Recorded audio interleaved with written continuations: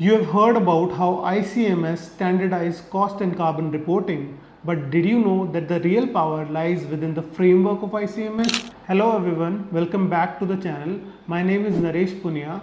I'm a project quantity surveyor at AECOM in Riyadh, Saudi Arabia, and in today's video we are going to talk about the framework of ICMS. I've already made a video about the basic of ICMS. If you have not watched this video, it will be linked somewhere here. But let's talk about the framework of ICMS. The framework of ICMS has 4 levels. Let's talk about these 4 levels. Level 1. In the level 1, you categorize your project within the classification that are given in ICMS. There are 19 type of projects or sub-projects that are classified in ICMS. Like there are building projects, there are road projects, there are railway projects, there are bridges projects, there are tunnels project, waste and water works project, so on and so forth. But if your project is a large infrastructure project like Jubail International City was there, or like Palm Islands of Dubai was there, these projects cannot be classified within one category, because if you classify them within one category, then it fails the purpose of ICMS and you cannot have apple to apple comparison. In that case, you divide your project into sub projects. Like you can say that one sub project is the road of Jubail International City and one sub project is the roads of Palm Islands, Dubai. So now you can compare apple to apple between these two sub projects, but you cannot have them as one project. So it is important that you have your sub projects specifically classified into the relevant category, so you have a proper cost report. Let's talk about level 2. Level 2 are categories. You can think of level 2 as the phases of your project. Like acquisition is one phase, construction is another phase, renewal is another phase, operation is another phase, maintenance is another phase, and end of life cost is another phase. There are 6 phases or 6 categories that are described within level 2. So let us assume I am an investor. I have to specifically look for the acquisition cost. Why? Because I have option to invest in Dubai or I have an option to invest in Saudi Arabia.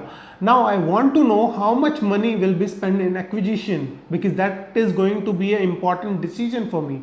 If I find that the acquisition cost in Dubai is more than Saudi Arabia, then I'll probably go for Saudi Arabia. That is why it is important that all your cost reporting should have first the type of project that is there, and then second the category that is there, whether it is the acquisition cost, whether it is a construction cost, and so on and so forth. In level 3, we further divide our phases. Let's say we are talking about construction.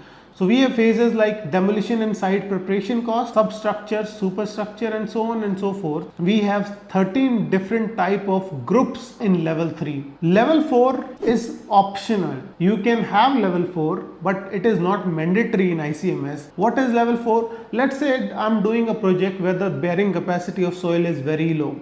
And because of that, the substructure cost is coming to be very high, because we are drilling a lot of piles into the ground, right? And the cost of all that pile foundation is increasing the substructure cost, and I want to highlight it. So I'll create another level. I'll tell within the substructure cost we have this type of foundation, and this foundation is costing so much. So it is very important for specific projects to have level 4. These are the 4 levels of ICMS. These levels help you report the cost on a global level, so that whoever is the ultimate stakeholder, the investor of the project, can have these costs, and then they can benchmark. They can either take decision before investing in another project in the same territory, or they can look for different option within the globe if they have the apple to apple comparison. If you have not seen the first video, I highly recommend you see it. So this was a little something about the framework of ICMS. I hope you liked the video. If you did, give it a thumbs up and please subscribe to the channel, and I'll see you in the next video.